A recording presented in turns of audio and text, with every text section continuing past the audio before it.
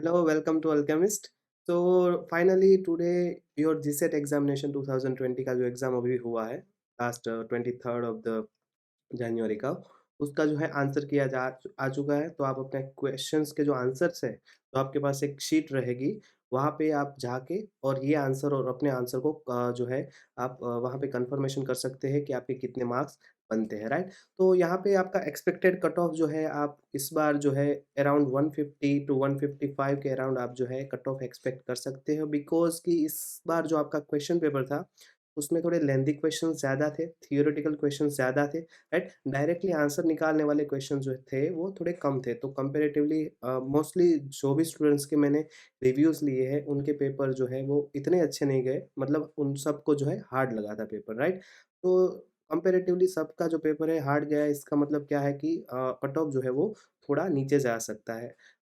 Generally every time जो है आपका कट ऑफ जो है 160 के अराउंड रहता है और लास्ट टाइम 176 हुआ था। और ये कट ऑफ की मैं किसकी बात कर रहा हूँ? जनरल कैटेगरी के लिए।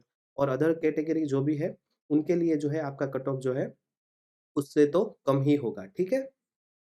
तो आप जो है अपनी कैटेगरी के हिसाब से जो है कट ऑफ अपने दिमाग में लेके चलिए।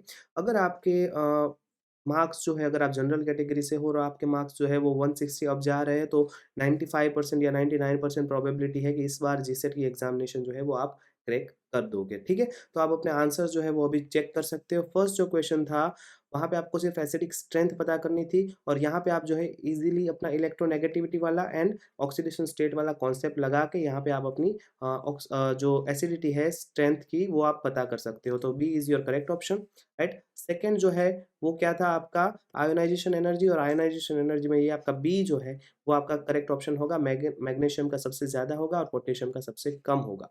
उसके बाद आपका थर्ड क्वेश्चन जो है, in which of the following compound have trigonal bipyramidal geometry. तो वहाँ पे आप जो है अपने हाइब्रिडाइजेशन जो है वैलेंस इलेक्ट्रॉन निकालो, अपने फिर सराउंडिंग एटम उसके आस-पास लगा दो और हाइब्रिडाइजेशन निकालोगे। तो यहाँ पे ये मॉलिक्यूल जो है वो दोनों की sp3d जो है हाइब्रिडाइजेशन निकलती है। और अब अगर हाइब्रिडाइजेशन sp3d है then the geometry is tbp, right. तो अगर आप डिटेल्ड सॉल्यूशन चाहते हो तो इसके बाद हम डिटेल्ड सॉल्यूशन के लिए भी वीडियो बना देंगे जिसमें हर एक क्वेश्चन की डिटेल में सॉल्यूशन हमने किया होगा, राइट। अभी आप सिर्फ आंसर्स जो है वो देख के अपने कितने मार्क्स बन रहे हैं वो आप चेक कर लो, राइट। उसके बाद जो फोर्थ क्वेश्चन, उसमें क्या है कि आपको बॉन्ड एंगल फाइंड आउट करना है। ये 3 मॉलिक्यूल दिए हैं उनके, राइट। तो यहाँ पे थोड़ा जो है क्वेश्चंस में गलती है कि यहाँ पे NF4 माइनस नहीं आएगा, NF4 प्लस आएगा। अगर NF4 माइनस आता है तो वो आपका TBP मॉलिक्यूल हो जाएगा और अगर TBP मॉलिक्यूल है तो आपका F का जो बॉन्ड एंगल है वो 120 डिग्री होना चाहिए, but it is not correct, right. आपका जो करेक्ट है वो यहाँ पे आपका माइनस नहीं होगा, प्लस होगा। तो प्लस की वजह से ये जो है sp3 हाइब्रिडाइजेशन हो जाएगा एंड हाइब्रिडाइजेशन sp3 होगा तब वो वहाँ पे 109.5 डिग्री जो है बॉन्ड एंगल होगा। तो मे बी पॉसिबल है कि इस क्वेश्चन के मार्क्स जो है वो आपको इंक्रीज़ करके दे देंगे। क्योंकि जनरली जीसेट में क्या होता है कि कई बार 5 टू 6 क्वेश्चन्स ऐसे रहता है जिसमें गलती होती है तो उनके मार्क्स जो है वो आपको इंक्रीज़ करके दे देते हैं, ठीक है? तो वो वहाँ पे आपको टेंशन लेने की ज़रूरत नहीं है। देन फिफ्थ क्वेश्चन में क्या है कि आपको जो है most basic and acidic nature को आपको ढूँढना है आपका क्रोमियम ऑक्साइड में। तो आपको पता होना चाहिए कि Cr2O3 जो है वो आपका एम्फोटेरिक होता है और आपका CrO और CrO3 में से आपको अगर फाइंड आउट करना है बेसिक एंड एसिडिक, तो आप ऑक्सीडेशन स्टेट के हिसाब से पता कर सकते हो। यहाँ पे आप देखोगे तो इसकी ऑक्सीडेशन स्टेट +2 आएगी, इसकी +6 आएगी, तो हायर ऑक्सीडेशन स्टेट होगा वो आपका एसिडिक होगा। तो this is most acidic and this is most basic and ये आपका Cr2O3 जो है वो एम्फोटेरिक होता है, राइट? तो सी इज़ योर करेक्ट ऑप्शन।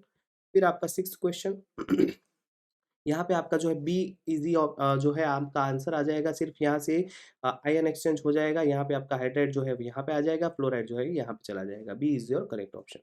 फिर आपका seventh, polyphosphazene polymer consist of much lower electrical conductivity due to pi bond due to which reason. तो यहाँ पे आपका आंसर जो है वो सी आएगा, pi bonds are not delocalised, right. अगर पाई बॉन्ड अच्छे से डीलोकलाइज़ करेंगे तो कंडक्टिविटी ज़्यादा रहेगा। यहाँ पे बहुत अच्छे से डीलोकलाइज़ नहीं हो रहे हैं तो that's why the conductivity is low. Right. फिर 8th क्वेश्चन में क्या है? Hydration, enthalpy of hydration. तो यहाँ पे आप जो है अपना फज़ांस रूल जो है लगा सकते हो। जितना ही वहाँ पे आपका पोलराइज़ेशन होगा फज़ांस रूल में, केटायन की साइज़ जितनी कम होगी उतना ही वहाँ पे हाइड्रेशन एंथैल्पी ज़्यादा होगी। उस हिसाब से अगर आप जाओगे तो ये C is your correct option. फिर आपका 9th क्वेश्चन क्या है? Pick out the incorrect statement of the OCF2 molecule, right? तो ऐसे आप देख रहे हो तो ये आपका लेंथी क्वेश्चन है, तो ऐसे-ऐसे क्वेश्चन जो है वो टाइम बहुत ज़्यादा कंज़्यूम कर जाते हैं। तो यहाँ पे आपको एलिमिनेशन मेथड यूज़ करना होगा क्योंकि मोस्टली स्टूडेंट्स ने ये कॉन्सेप्ट पढ़ा हुआ नहीं होता। बट अगर यहाँ पे एलिमिनेशन मेथड आप यूज़ करोगे तो आपको पता चल जाएगा कि वहाँ पे कोई लोन पेयर नहीं होता है, राइट? अगर आप यहाँ पे जियोमेट्री निकालोगे तो यहाँ पे आपकी जियोमेट्री जो है वो ट्रायगोनल प्लेनर आएगी और प्लेनर में कितना होता है 120 डिग्री वहाँ पे आपका बॉन्ड एंगल होता है और आपको पता है कि सी डबल बॉन्ड ओ जो है वहाँ पे एक पाई बॉन्ड एंड एक सिग्मा बॉन्ड होता है। जैसे आप CO2 में निकालते हो, CO2 में आपको पता है ना कितने हैं 2 pi bond and 2 sigma bond. तो उसी हिसाब से आप देख सकते हो कि यहाँ पे एक जो ये O वाला है उसको रिप्लेस करके हमने क्या ले लिया है 2 फ्लोरीन ले लिए। तो ये जो है यहाँ पे एक सिग्मा बॉन्ड है, एक पाई बॉन्ड है। तो एलिमिनेशन मेथड से अगर जाओगे और आपको पता चल गया कि ये 3 तो मुझे सही लग रहे हैं, तो ये सेकंड वाला जो ऑप्शन है, बी ऑप्शन है, उसको आप मोस्ट प्रोबेबल अपना करेक्ट आंसर है, वो समझ के मार्क कर सकते हो, राइट? तो यहाँ पे आपके आंसर के में भी यही दिया हुआ है B, the van der Waals repulsion of the oxygen atom is lower, right? वो आपका क्या है, इनकरेक्ट है और आपको इनकरेक्ट स्टेटमेंट फाइंड आउट करना है, ठीक है? फिर आपका क्या है 10th question, it is for the intercalation compound, right? तो यहाँ पे क्या है कि ग्रेफाइट जो है उसमें आप अगर मेटल डालोगे तो वहाँ पे आपके डिफरेंट डिफरेंट लेयर्स फॉर्मेशन होंगे और वो आपको पता करना है। तो ये बहुत ईज़ी क्वेश्चन था, डायरेक्टली थियोरेटिकल बेस्ड क्वेश्चन था। तो यहाँ पे आपका बी जो है वो करेक्ट आंसर आएगा। C24, C36, C48 and C60, right? तो ये आपको पता होना चाहिए। देन 11th क्वेश्चन, तो यहाँ पे आपको 2 विलेमाइट एंड ओस्टेराइड, राइट? तो ये जो नेसोसिलिकेट है उसमें ज़िंक एंड मैग्नीशियम जो है उसका कोऑर्डिनेशन नंबर आपको जो है पता करना था। तो ज़िंक जो है उसका कोऑर्डिनेशन नंबर 4 है और मैग्नीशियम जो है उसका कोऑर्डिनेशन नंबर जो है वो 6 है, राइट? तो यहाँ पे आपका करेक्ट ऑप्शन ए बनता है। फिर आपका 12th क्वेश्चन था, उसमें सिर्फ आपको हाईएस्ट ऑक्सीडेशन स्टेट पता करना था। तो यहाँ पे अगर आप देखोगे तो दोनों का जो है +6 बन रहा है और यहाँ पे आपको कन्फ्यूज़न होगा कि ये O2 जो है वो ब्रैकेट में दिया है, इसका मतलब क्या करना है? तो ये आपका क्या है, पेरोक्साइड फॉर्म में है, राइट? ये आपका क्या है, पेरोक्साइड फॉर्म में है। इसका अगर आप स्ट्रक्चर निकालोगे तो कुछ इस टाइप से हो, ठीक है? तो ये आपके दोनों O2 जो है वो पेरोक्साइड फॉर्म में है और ये आपका सिंपल O जो है वो डबल बॉन्डेड है। तो यहाँ पे आप ऑक्सीडेशन स्टेट निकालोगे +6 which is the highest among the 4 option, right? तो that's why your D is the correct option. फिर आपका 13th क्वेश्चन, यहाँ पे भी आपको कौन-सा सही नहीं है ये पता करना था। तो यहाँ पे आपका करेक्ट ऑप्शन है C, the compound has less intense colour due to the presence of the FeCN5H2O -2 ion, right? उसके बाद 14th क्वेश्चन क्या था? उसमें आपको पता करना था मैग्नेटिक मोमेंट। तो मैग्नेटिक मोमेंट में अगर आप देखोगे तो यहाँ पे आपका यहाँ पे भी आपके 4 अनपेयर्ड इलेक्ट्रॉन आएँगे और यहाँ पे आपका जो सेकंड एंड थर्ड, तो ये आपके मैंगनीज़ वाला अगर निकालोगे तो यहाँ पे भी आपके 4 अनपेयर्ड इलेक्ट्रॉन आएँगे, तो दैट्स व्हाई वहाँ पे आपकी जो मैग्नेटिक मोमेंट है वो तकरीबन जो है वो सेम रहती है, राइट?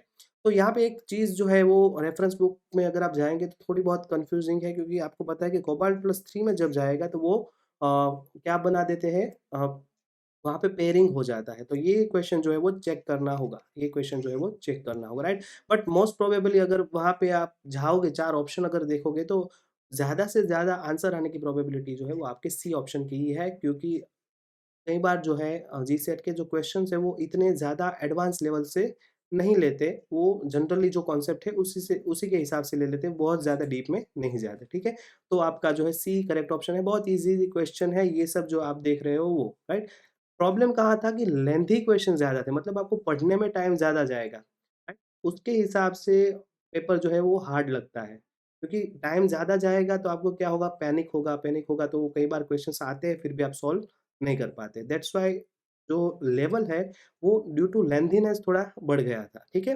फिर क्या है 15th question, consider the following statement about the octahedral complex और आपको 2 कॉम्प्लेक्स दे दिए हैं और यहाँ पे अगर आप सेकंड देखोगे ना तो यहाँ पे ये आपका D9 सिस्टम है और ये आपका D6 सिस्टम है और D6 सिस्टम अगर देखोगे तो वहाँ पे भी आपका T2G जो है वो अनफिल्ड मतलब अनसिमेट्रिक है और आपको पता है कि T2G और EG दोनों में से कोई भी अनसिमेट्रिकली फिल्ड है दैट मीन्स कि वो आपका जॉन टेलर डिस्टॉर्शन शो करेगा। तो यहाँ पे क्या लिखा है कि ये आपका जॉन टेलर डिस्टॉर्शन शो करेगा, ये नहीं करेगा। आपको इसी से पता चल जाएगा कि ये आपका जो है सेंटेंस जो है वो गलत है। तो आपको क्या पूछा है कि कौन से करेक्ट सेट स्टेटमेंट्स है, तो आपको क्या देखना है कि जहाँ पे आपका ऑप्शन 2 नहीं है, वही आपको देखना है। तो यहाँ पे भी है, तो ये आपका गलत ऑप्शन हो गया, यहाँ पे भी है, तो ये भी गलत हो गया, यहाँ पे भी है, तो ये भी गलत हो गया। तो देखो ऐसे एलिमिनेशन मेथड से आपको ईज़िली आंसर मिल जाएगा। फिर आपका 16th question, that one of the following statement is not correct, correct नहीं है। तो करेक्ट कौन सा नहीं है, तो यहाँ पे आपको आंसर की में सी ऑप्शन दिया है, आंसर की जो है वहाँ पे आपको सी ऑप्शन दिया है, बट ये आपको चेक करना होगा।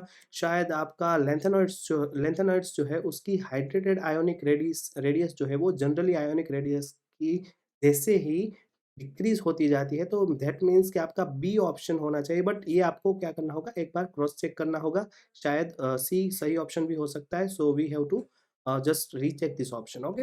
And 17th question, which of the following is incorrect, incorrect कौन कौन से है, तो आपको इनकरेक्ट देखने हैं, तो आप यहाँ पे डी ऑप्शन दिया है, और डी ऑप्शन में क्या दिया है कि आपके लैंथेनॉइड जो है वो कार्बन मोनोऑक्साइड के साथ इजीली फॉर्म करते हैं कॉम्प्लेक्स। तो आपने देखा होगा कि ये पॉसिबल नहीं है, आपने लैंथेनम कार्बोनाइल वाले जो कॉम्प्लेक्स है वो बहुत कम देखे होंगे, बट आपके ट्रांजिशन मेटल वाले NiCO4 हो गया, ये सब आपने बहुत ज्यादा देखा है।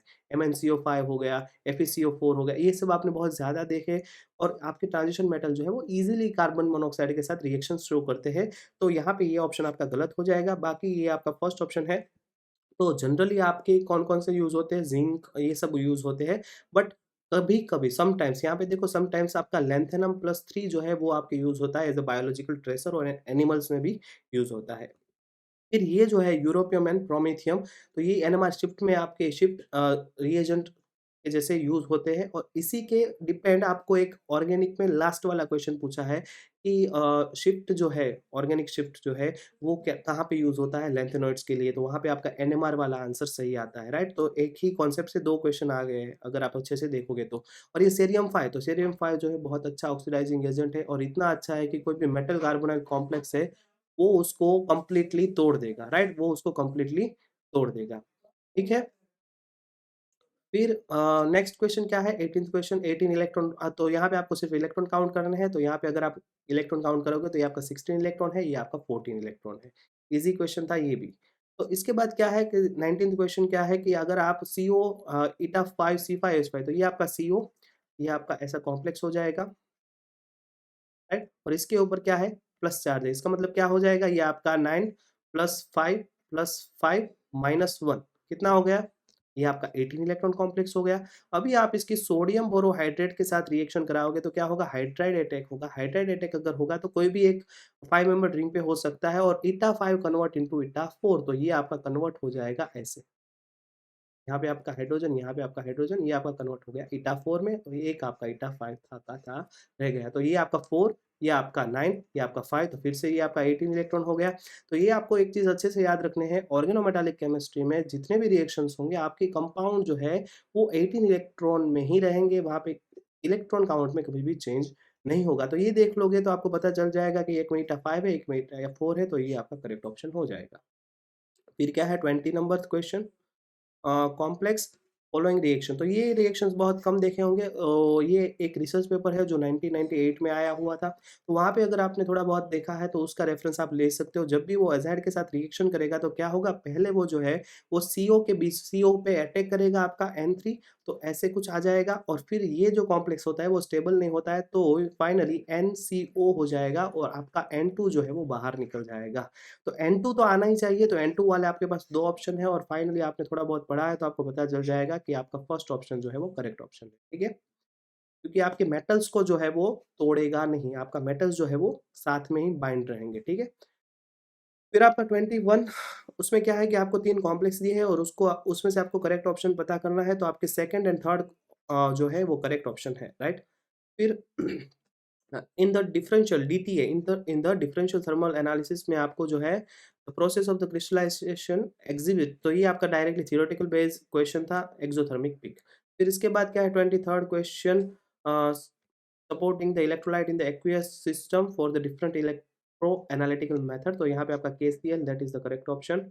फिर क्या है, which is not true about the cytochrome C, तो वहाँ पे आपका D आएगा, the rate of electron transfer is much faster than it's analogous complex, sorry analogous compound, right?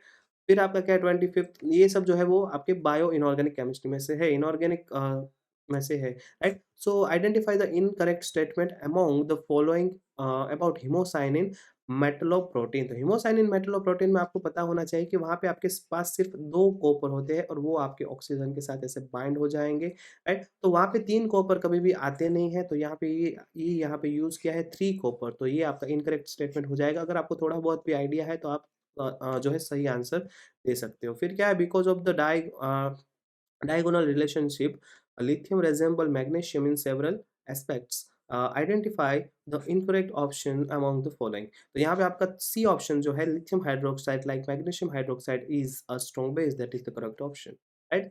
Then क्या है आपका 27th question, the mass Bohr spectra of the FeCO5 and FeCO5 and Fe3CO12। तो FeCO5 आपका TBP structure में होता है, right? ऐसे आपका FeCO5 जो है वो यहाँ पे 3 कॉर्नर पे CO, CO, CO, यहाँ पे CO, यहाँ पे CO, राइट? और ये जो है वो आपका Fe3CO12 कैसे होता है? ये आपका Fe, ये आपका Fe, यहाँ पे आपका Fe, यहाँ पे आपका Fe, फिर यहाँ पे आपका CO, ये इसके साथ, यहाँ पे आपका CO, ये इसके साथ, और यहाँ पे आपका CO, CO, CO, CO, कितने CO बच गए? 4 और 2 6 हो गए, और आपके पास कितने बच गए? 6 बच गए, तो यहाँ पे CO, CO, CO, CO, तो तो यहाँ पे आप देखोगे तो यहाँ पे आपको 2 मास बोर स्पेक्ट्रम मिलेंगे और यहाँ पे आपको 3 जो है मास बोर स्पेक्ट्रम में लाइन मिलेंगी। तो ये आपके हो जाएँगे 2 एंड 3 लाइन्स, राइट? उसके बाद 28th क्वेश्चन क्या है? यहाँ पे आपको predict the correct statement among the following. तो यहाँ पे आपका करेक्ट स्टेटमेंट है D, vanadium belongs to S is equal to 1/2 system and the coupling of two spins in dimer leads to S is equal to 0 and S is equal to 1 states, right? तो वो आपका correct option है। आप check करते जाइएगा, अपने marks जो है वो जो है एडिशन करते जाइएगा, ठीक है? फिर आपका 29th क्वेश्चन क्या है कि rate of radioactive decay. तो यहाँ पे कई बार आपने लैम्ब्डा देख के आप जो है कन्फ्यूज़ हो गए होंगे, तो कन्फ्यूज़न में नहीं आना है। मैंने ऑलरेडी, अगर मेरे स्टूडेंट्स हैं तो बता दिया था कि all radioactive reactions are first order reaction, और फर्स्ट ऑर्डर रिएक्शन में हम जो यूज़ करते थे रेट कांस्टेंट के, तो उसके जगह यहाँ पे रेडियो एक्टिव रिएक्शंस है तो उन्होंने डी के कांस्टेंट लैम्ब्डा यूज़ कर लिया है, बाकी यहाँ पे कोई चेंज नहीं है। तो for the first order reaction आपका क्या होता है, रेट कांस्टेंट का जो यूनिट है सेकंड इनवर्स, तो यहाँ पे भी आपका सेकंड इनवर्स ही होगा। और वहाँ पे आपकी टी हाफ जो है वो भी आपने निकाली थी, टी हाफ आपने क्या निकाली थी? 0.693 अपॉन के, राइट? तो यहाँ पे के की जगह पे आपका जो है लैम्ब्डा है, तो यहाँ पे आपका 0.693 अपॉन लैम्ब्डा है। और 0.693 कहाँ से आया था आपका? कहीं से नहीं, ये आपको पता है ln2 लैम्ब्डा, और ln2 मतलब क्या हो जाएगा? 0.303 सॉरी 2.303 log 2 अपॉन लैम्ब्डा। तो ये आपका करेक्ट ऑप्शन है, that is your correct option D, ठीक है? फिर आपका क्या है, which of the following crystal system is no plane and no axis. तो मैंने ऑलरेडी बता दिया था कि एक ही ऐसा है जहाँ पे आपका A is not equal to B is not equal to C and alpha is not equal to beta is not equal to gamma. तो वो आपका कौन सा है? तो वो आपका है ट्राई क्लिनिक। वहाँ पे आपका कुछ भी नहीं होता, वहाँ पे आपका कोई सिमेट्री नहीं होता, that is your try clinic, that is your correct option. तो ये 32 नंबर का जो क्वेश्चन है that must be reject, right? वहाँ पे अगर आप देखोगे तो क्या बोला है कि आपका ईजी जो है वो क्या हो जाएगा? तो यहाँ पे अगर आप ये फ़ॉर्मूला अगर यूज़ करोगे और यहाँ पे आपकी जो एनर्जी है उसको आप एक तरफ रखोगे, तो फाइनली जो है वो 2 केबीटी आना चाहिए, but we have to check it out, right? तो इसको जो है अच्छे से रीचेक करेंगे। अगर कोई डाउट है आंसर में तो we will file the challenge, right? तो ये आपका हो गया 32। फिर आपका 33 number question, the flocculation value is the minimum concentration of electrolyte required to cause coagulation. तो ये आपका डायरेक्टली मैंने अपने क्लास में भी कराया हुआ क्वेश्चन है, कई कई क्वेश्चन जो है वो डायरेक्टली क्लास में हो गए थे, राइट? फिर आपके 34 which one of the following gas is absorbed more on the solid surface, तो that is your chlorine, right? ये जो है ये आपका लिक्विफाइड, ये क्या है आपका लिक्विफाइड गैसेस है, और लिक्विफाइड गैसेस जो होते हैं वो इजीली एब्जॉर्ब हो जाते हैं, और ये आपके एलिमेंटल गैसेस गैसेस जो है वो इजीली लिक्विफाइबल नहीं है, सो वो आपके कंपेयर टू क्लोरीन जो है वो कम एब्जॉर्ब होते हैं। तो जनरली ये क्वेश्चन जो है वो SO2 के कंपेयर में पूछा जाता था, तो इस बार उन्होंने SO2 की जगह पे क्लोरीन लगा दिया है। तो अगर कई बार फ्यूचर में भी अगर पूछ लिया सेम क्वेश्चन तो वहाँ पे SO2 भी हो सकता है, तो SO2 भी जो है वो ज़्यादा एब्ज़ॉर्ब हो जाएगा, राइट? फिर 35 जो है mathematical of the Hamiltonian operator, बहुत ईज़ी क्वेश्चन था। हैमिल्टोनियन ऑपरेटर मतलब क्या हो जाएगा? ये आपकी एनर्जी है, और H psi is equal to E psi होता है। E मतलब क्या हो जाएगा? कुछ नहीं, एनर्जी हो जाएगा। तो finally H operator is equal to क्या हो जाएगा? T plus V। तो ये आपका T जो है वो काइनेटिक एनर्जी है और V जो है वो पोटेंशियल एनर्जी है। तो यहाँ से आपको इतना पता चल गया कि काइनेटिक और पोटेंशियल एनर्जी का एडिशन होता है, तो ये दोनों ऑप्शन तो अपने आप ही कैंसल आउट हो गए। तो यहाँ पे अगर आप देखोगे तो ये आपका p² upon 2m plus v हो जाएगा और इसका अगर आप जो है सॉल्यूशन करोगे तो finally minus h cut square divided by 2m del square plus, तो this is your correct option, D is your correct option, right. फिर आपका क्या है 36 में, which of the following species has the maximum bond strength. तो ये बहुत easy question था, कई बार हमने अपने टेस्ट में भी डाला है। कंपैरेटिवली ये क्वेश्चन तो आपको आ ही गया होगा। तो यहाँ पे आप देखोगे तो ये आपका 16 इलेक्ट्रॉन है, ये आपका 15 इलेक्ट्रॉन है, ये आपका 17 इलेक्ट्रॉन है, ये आपका 18 इलेक्ट्रॉन है। यहाँ पे आपका बॉन्ड ऑर्डर जो है वो 2 हो जाएगा, यहाँ पे 1.5 हो जाएगा, सॉरी यहाँ पे आपका 2.5 हो जाएगा, यहाँ पे आपका जो है 1.5 हो जाएगा और यहाँ पे आपका 1 हो जाएगा। तो यहाँ पे बॉन्ड ऑर्डर सबसे ज़्यादा है, तो बॉन्ड स्ट्रेंथ भी सबसे ज़्यादा होगी कंपैरेटिवली, राइट? तो B is your correct option. The magnitude of the angular momentum L of an electron that occupies 3d orbital, तो यहाँ पे आपका C is the correct option.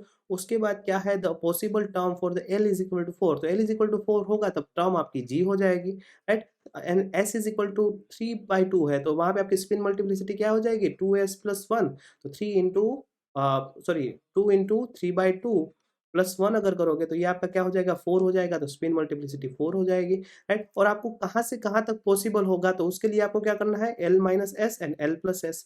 तो L माइनस एस करोगे तो 3/2 माइनस 4 एंड 3/2 प्लस 4, अगर ये आप कर लोगे तो क्या हो जाएगा 3 इंटू 4 8, 8 माइनस 3, तो ये आपका हो जाएगा 5/2 और ये आपका हो जाएगा 11/2, तो ये आपका यहाँ पे 5/2 11/2, ये और ये आपका जो है पॉसिबल टर्म हो सकता है and that is your correct option A. बहुत इजी क्वेश्चन था। फिर आपका क्या है, according to the Huckel's theory conjugated pi electron system the lowest pi mo molecular orbital energy value for the cyclobutenyl system. तो साइक्लोब्यूटेनाइल सिस्टम मतलब क्या हो जाएगा, ये आपका सिस्टम हो गया, राइट। तो अगर आपको आपने ये डायग्राम, राइट, ये डायग्राम अगर आपको पता है तो आप इजीली निकाल सकते हो। जो नीचे होते हैं वो आपके क्या होते हैं अल्फा प्लस 2 बीटा, ये ऊपर वाला जो है वो आपका अल्फा माइनस 2 बीटा, यहाँ पे आपका जो है अल्फा होता है, यहाँ पे आपका अल्फा होता है, इजीली आप निकाल सकते हो। आपको सिर्फ पता होना चाहिए कि कहाँ पे आपको अपनी सिस्टम का कॉर्नर रखना है, राइट। तो यहाँ पे आपको जो है सबसे नीचे कौन सा दिख रहा है alpha plus 2 beta, that is your correct option B. उसके बाद का क्वेश्चन जो है वो इससे भी इजी है, राइट। क्वांटम के क्वेश्चन जो है बहुत इजी पूछे हुए हैं, बट आपको थोड़ा बहुत आइडिया है तो आप निकाल सकते हो। एनआईएल सिस्टम के लिए आपको सिर्फ क्या निकालना है पाई मोलिकुलर ऑर्बिटल, और वो भी लोएस्ट एनर्जी। तो लोएस्ट एनर्जी इसका मतलब क्या हो गया साई 1 हो गया, राइट। और साई 1 का मतलब क्या है, there is no nodes, notes नहीं होने चाहिए। तो अगर आपको यह 4 ऑप्शन अगर आप देखोगे और 4 ऑप्शन में से कहीं पे भी आपको नोट्स नहीं दिख रहे हैं, that is your correct option, right. But problem क्या होगा, अगर एक से ज़्यादा ऑप्शन ऐसे हैं जहाँ पे नोट्स नहीं दिख रहे हैं, तो आपको वहाँ पे पता होना चाहिए एग्ज़ैक्ट वैल्यू। बट यहाँ पे ऐसा नहीं है, अगर यहाँ पे आप देखोगे तो नोट्स कहाँ पे जनरेट होंगे, अगर एक प्लस एंड एक माइनस होगा, दैट मीन्स कि वहाँ पे एक नोड है, राइट। बट अगर एक प्लस दूसरा प्लस और एक माइनस दूसरा माइनस है, तो वहाँ पे कोई नोड नहीं है। तो यहाँ पे आप देखोगे तो ये पॉजिटिव ये नेगेटिव, तो यहाँ पे नोड हो गया, तो ये तो यहीं पे कैंसिल हो गया। यहाँ पे भी सेम पॉसिबिलिटी है, तो यहाँ पे भी नहीं होगा। यहाँ पे भी सेम पॉसिबिलिटी है, तो यहाँ पे भी नहीं होगा। बट यहाँ पे आप देखो ये प्लस तो नोड नहीं होगा, ये प्लस तो भी नोड नहीं होगा। तो यहाँ पे आपके कोई नोड नहीं है, that means that is this is your correct option. तो ऐसे आप जो है इजीली आंसर निकाल सकते हो। क्वांटम जो है वो ज़रा भी मुश्किल नहीं है। आप एक बार अच्छे से पढ़ के देखो, बहुत ईज़िली उसके आंसर्स आपके लगेंगे, ठीक है? फिर आपका 41, which of the following molecule does not possess the SN. तो मोस्टली आपके एसएन जो है वहाँ उस मॉलिक्यूल में पॉसेस नहीं करता जहाँ पे आप जो है हॉरिजॉन्टल प्लेन पास नहीं कर सकते, जहाँ पे आपका जो है परफेक्ट सिमेट्री नहीं होता। अगर आप देखोगे तो आपके यहाँ पे भी एसएन मतलब क्या हो जाएगा, एक आप एक्सिस पास करोगे और परपेंडिकुलर प्लेन पास करोगे, और उसके बाद आपको जो स्ट्रक्चर मिलेगा दैट इज इंडिस्टिंग्विशेबल, राइट। तो तभी आपका जो है रोटेशन सॉरी रिफ्लेक्शन एक्सिस वहाँ पे पॉसिबल है। तो CH3 में भी ये हो सकता है, SF6 में भी हो सकता है, BF3 में भी हो सकता है, बट यहाँ पे नहीं हो सकता, और आपको पूछा है नॉट पॉसेस, तो NH3 is your correct option.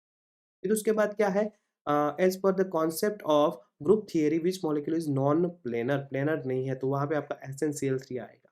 फिर ये जो है 43rd क्वेश्चन, अगर आपने हमारा प्रीवियस वीडियो देखे होंगे तो एक एग्ज़ाम के 1 दिन पहले ही मैंने सिखाया था कि कैसे आपको ये निकालना है। बाकी हमारे स्टूडेंट्स को तो अच्छे से मैंने सिखा दिया था कि ये जो है इसकी इन्फॉर्मेशन के हिसाब से आपको जो है निकालना होगा। तो ई आपने दिया है तो ए और बी में से हो सकता है, C2 में -1 दिया है तो ये बी है, ये इन्वर्जन में 1 दिया है तो क्या हो जाएगा, ज़ीरेड हो जाएगा। और हॉरिज़ॉन्टल प्लेन से भी आपको प्राइम, डबल प्राइम पता चल जा है, तो माइनस है तो यहाँ पे डबल प्राइम होता है, तो यहाँ पे कोई प्राइम, डबल प्राइम दिया नहीं है, तो ये सोचने की ज़रूरत नहीं है। तो एक में आपका बी ज़ीरेड आ जाएगा और यहाँ पे क्या आ जाएगा, ए एंड बी में से हो सकता है, एक है तो यहाँ पे एक है तो ए हो जाएगा, माइनस एक है तो यहाँ पे अनज़ीरेड हो जाएगा, तो ये आपका ए अनज़ीरेड हो गया, राइट? ये आपका क्या हो गया? ए अनज़ीरेड हो गया। तो D is your correct option. फिर क्या है? Uh the interplane spacing DHKL for the cubic system. तो आपको ये बहुत इजी क्वेश्चन था। DHKL is equal to A upon under root H square plus K square plus L square. अगर ये वैल्यू आप पुट अप करोगे तो दोनों में क्या आ जाएगा, under root nine. A is your correct option. फिर क्या है 45th question, in the Raman spectroscopy which is not correct. Correct कौन सा नहीं है, तो यहाँ पे आपका डी ऑप्शन है, small amount of scattering light have the same frequency. तो आपको पता होना चाहिए कि रामन स्पेक्ट्रोस्कोपी जो है वो elastic and non elastic scattering दोनों होते हैं वहाँ पे। इलास्टिक मतलब क्या, कि जितना आपने फ्रीक्वेंसी वहाँ पे इंसिडेंट किया है उतना ही आपको स्कैटर्ड लाइन में जो है फ्रीक्वेंसी मिलेगा। बट नॉन इलास्टिक में क्या होगा कि जितना आपने फ्रीक्वेंसी जो है इंसिडेंट किया है उतना नहीं भी हो सकता, राइट? तो रामन स्पेक्ट्रोस्कोपी में मोस्टली मतलब ज़्यादातर पोर्शन कौन-सा होगा? रिले लाइन वाला, जहाँ पे आपका जितना अपना फ्रीक्वेंसी इंसिडेंट किया है, उतना ही वहाँ पे स्कैटर्ड होगा। बट स्मॉल अमाउंट जो है वो जितना आपने इंसिडेंट किया है उस उतना ही वहाँ पे सेम फ्रीक्वेंसी जो है वो स्कैटरिंग नहीं होगी। That's why D is your जो है करेक्ट ऑप्शन नहीं हो सकता, राइट? वहाँ पे सेम अमाउंट नहीं होगा, डिफरेंट अमाउंट होगा, राइट? डिफरेंट अमाउंट होगा। तो यहाँ पे कन्फ्यूजन हो सकता है, तो कन्फ्यूजन इस मामले में हो सकता है कि रामन स्कैटरिंग में सेम फ्रीक्वेंसी जो है वो इंसिडेंट एंड स्कैटरिंग होनी चाहिए, बट वो कौन-सा पोर्शन होगा, वो आपका लार्ज अमाउंट होगा, मतलब 90 टू 95% जो है वो रिले लाइट ही वहाँ पे आपको मिलेगा, राइट? तो इस मैनर से ये क्वेश्चन आपका इस मैनर से सही होगा। फिर आपका 46 में क्या है? The selection rule for the vibrational quantum number for harmonic oscillator. तो वो बहुत ईज़ी था। Selection rule delta V is equal two plus और -1, ऐसे आपका हार्मोनिक ऑसिलेटर होता है, यहाँ पे आपके एनर्जी लेवल्स होते हैं, राइट? फिर आपका क्या है, Cp is equal to delta H upon T, the term internal energy E and Cp is, तो ये आपका A option is your correct option. उसके बाद क्या है 48, सॉरी 48, और the equilibrium reaction an increase in pressure favours the backward reaction. आपको पता चल जाएगा बैकवर्ड रिएक्शन को क्यों फेवर करेगा, क्योंकि आपको पता है कि वाटर क्या है, water in the gas form, right? और अगर गैस में अगर आप प्रेशर इंक्रीज करोगे, राइट, तो अगर आपके पास अगर यहाँ पे पानी है, राइट, पानी, तो पानी अगर यहाँ पे गैस में कन्वर्ट हो रहा है, गैस में कन्वर्ट हो रहा है और आप ऊपर से अगर प्रेशर इंक्रीज करते जाओगे तो क्या हो जाएगा, this gas is again converted into the gas is again converted into the water, right? तो अगर गैस वाटर में कन्वर्ट होगा तो ये आपका फॉरवर्ड रिएक्शन है या बैकवर्ड रिएक्शन है? देखो यहाँ पे आपके बैकवर्ड रिएक्शन में गैस में से लिक्विड में कन्वर्ट हो रहा है। दैट मीन्स कि जितना प्रेशर आप इंक्रीज करोगे आपकी बैकवर्ड रिएक्शन जो है वो ज़्यादा हो जाएगी। That's why your B is correct option, favours the backward reaction, right? Then 49th question, the one dimensional having the side length Lx transitional partition function Q transitional। तो वो बहुत इजी क्वेश्चन पूछा था। यहाँ पे आपने एक चीज थोड़ा बहुत भी पढ़ा है तो आप आंसर निकाल सकते हो कि आपको वन डायमेंशनल बोला है, और V आप तभी यूज कर सकते हो जब आपके पास थ्री डायमेंशनल हो, मतलब Lx Ly एंड Lz करोगे तब आप ये तीनों का मल्टीप्लीकेशन करोगे ना, तब वहां पे आप V जो है वो पुटअप करते हो। सिर्फ इतना आपको पता है तो आप डी आंसर निकाल सकते हो, आपको कहीं पे भी कंफ्यूजन नहीं होता, राइट? तो D is your correct option. 50 question, the Fermi direct distribution which one of the following statement is not true, at absolute zero energy is taken to be zero, this is not true, right? फिर आपका क्या है, that the buffer solution of the weak base and its salts which of the following is the correct relation, then A is your correct option, pH is equal to पीकेडब्ल्यू minus pKb plus log base upon salt, right? A is your correct option.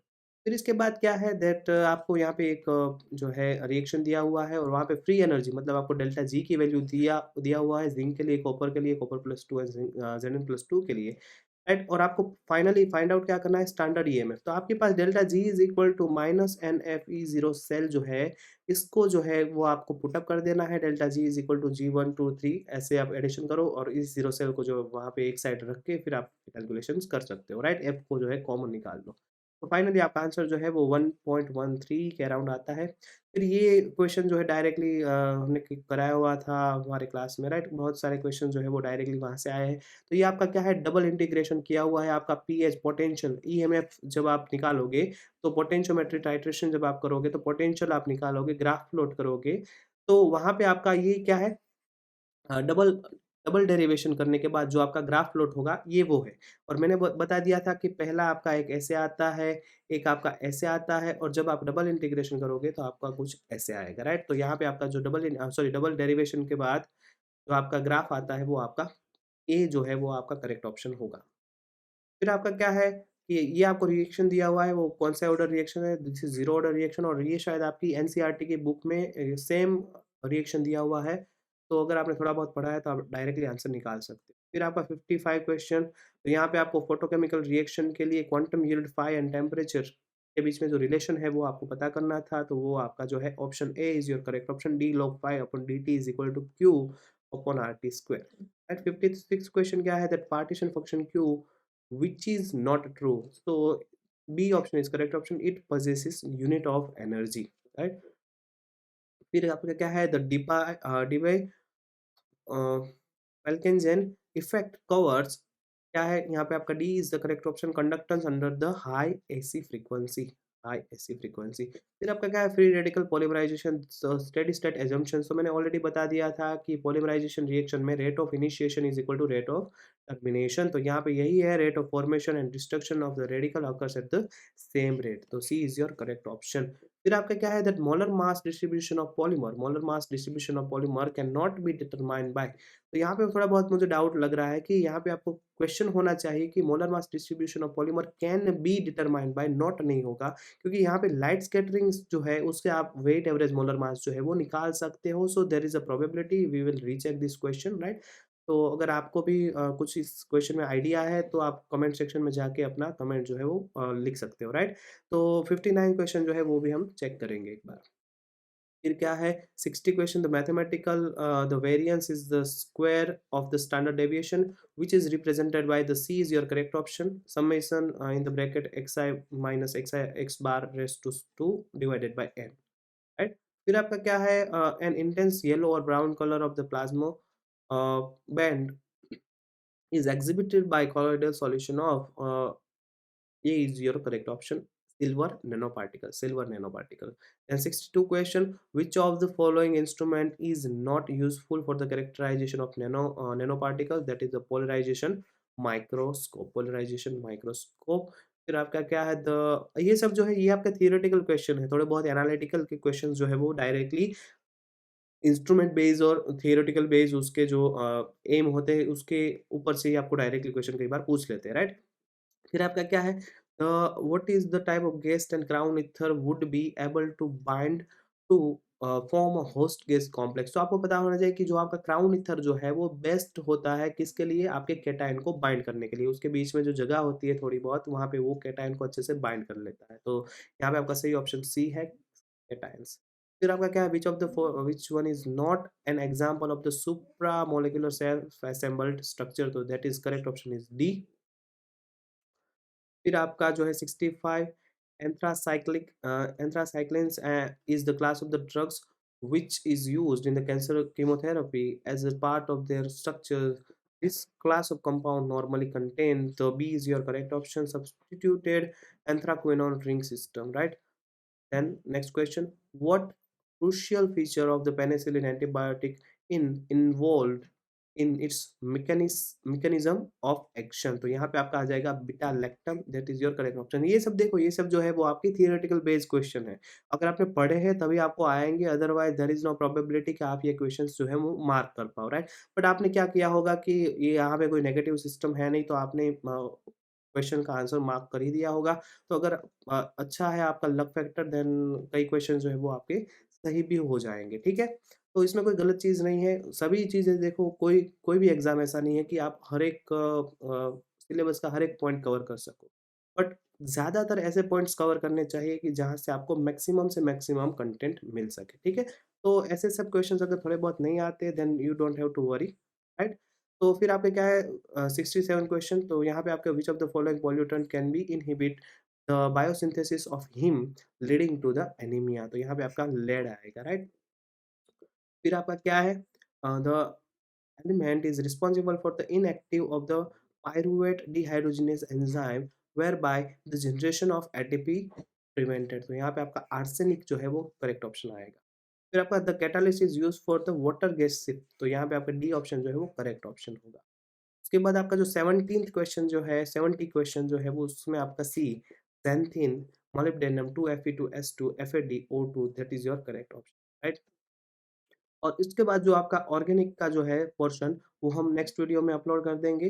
तो यहाँ पे क्या होगा कि आप अपना paper लेके बैठ सकते हो, हर एक आंसर को जो है वो साथ में ही अपने मार्क्स जो है वो आप काउंट कर सकते हो। आपको बार-बार आंसर की और अपने आंसर को जो है मैच करने की ज़रूरत नहीं है। अपना जो है शीट लेके बैठो और अपने मार्क्स जो है वो कैलकुलेट कर लो। इसका इसका डिटेल सॉल्यूशन हम आगे जो है वो अपलोड कर देंगे।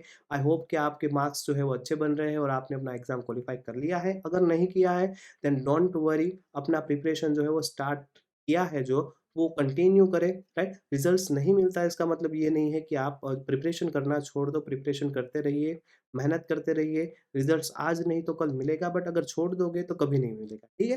तो मिलते हैं नेक्स्ट वीडियो में। अगर आप हमारी चैनल पे नए हैं देन सब्सक्राइब अवर चैनल, ऐसे ही हम दूसरे वीडियोज़ भी अपलोड करते रहेंगे, ठीक है? थैंक यू फॉर वॉचिंग, मिलते हैं नेक्स्ट वीडियो में।